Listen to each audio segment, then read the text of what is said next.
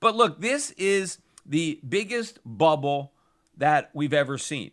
We have the most reckless Federal Reserve that there's ever been.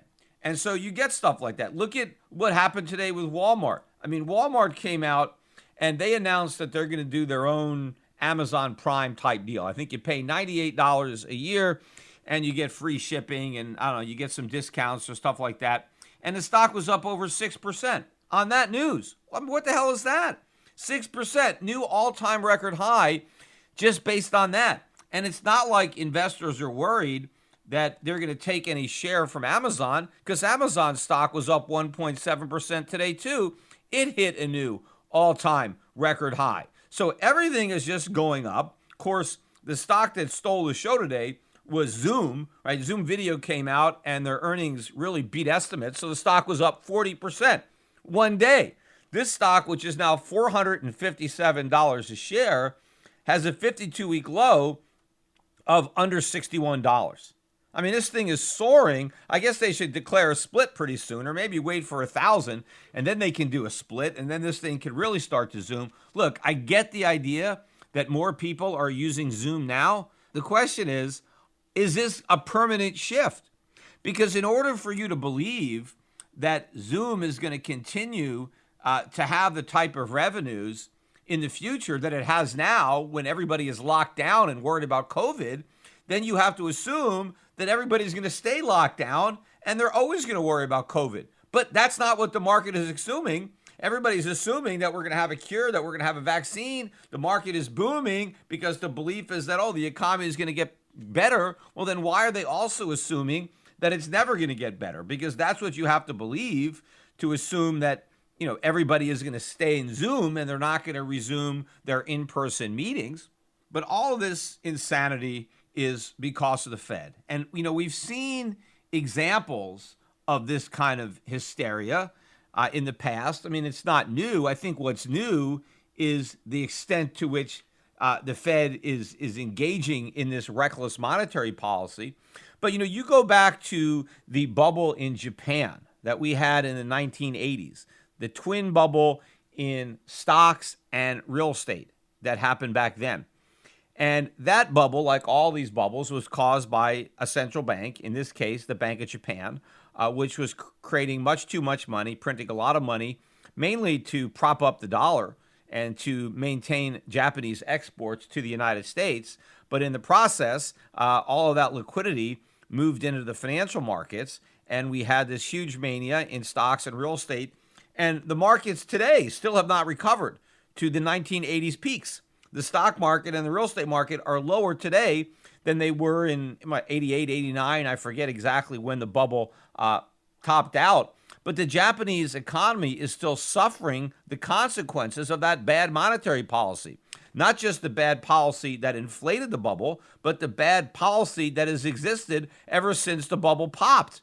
Because the Japanese government and the Bank of Japan has not been willing to allow the markets to fully rectify the enormity of the mistakes that took place during that bubble. And so as a result, Japan did not have nearly as healthy an economic recovery as might otherwise have been the case. And in fact, just recently, Prime Minister Abe, the founder of Abenomics, who a lot of people think is a very successful prime minister, again, he came in, and as far as he was concerned, the problem was we didn't have enough inflation. We needed even more inflation. We need the central bank to print even more money. I mean, what he should have done is said, you know what, the problem is we already have too much inflation. We've printed too much money. We've kept interest rates too low.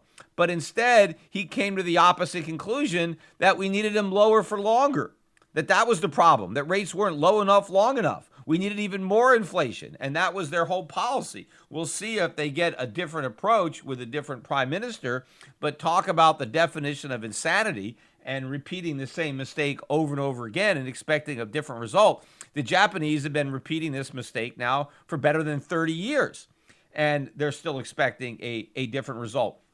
But I remember during the peak of that mania, the land that was under the emperor's imperial palace, which was, some gardens and, some land. the entire property, while it was a big piece of property, it was less than a half of a square mile. So in the scheme of things, it's not a lot of land. I mean, it's a pretty good size plot for a house, although a palace, right? But it's less than one half a square mile.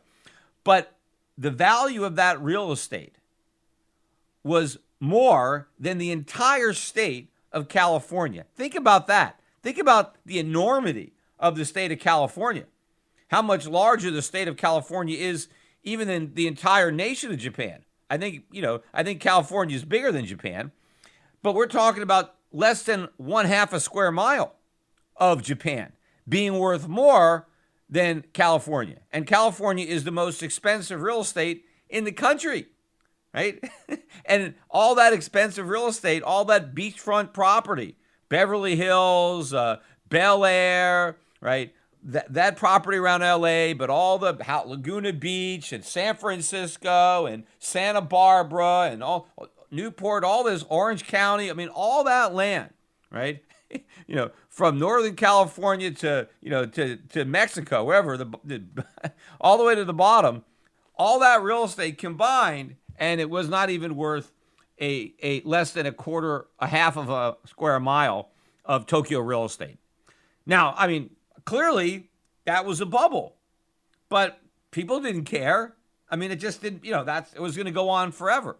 And that is the attitude, I think, that people have today. People are wildly optimistic on the stock market. We rarely get a down day. The market just goes higher and higher and higher. No one cares about valuations. Nobody even cares that the Fed is the reason that the market is going up. Nobody wants to fight the Fed. And people assume that you're going to have the Fed on your side the entire time. And nobody even believes that there's any adverse consequences. That the Fed is printing all this money, we're getting all this stimulus, the stock market is going up, but that there's nothing bad that's going to happen, that there are no negative consequences for this policy. And of course, if that was the case, why did the Fed wait so long? I mean, if all they have to do is keep printing all this money and we can just have stocks go up forever, why did they have to wait for COVID-19? Why didn't we just do it before COVID-19? And the reason is because there is a consequence. It's just that no one gives a damn about the consequences right now.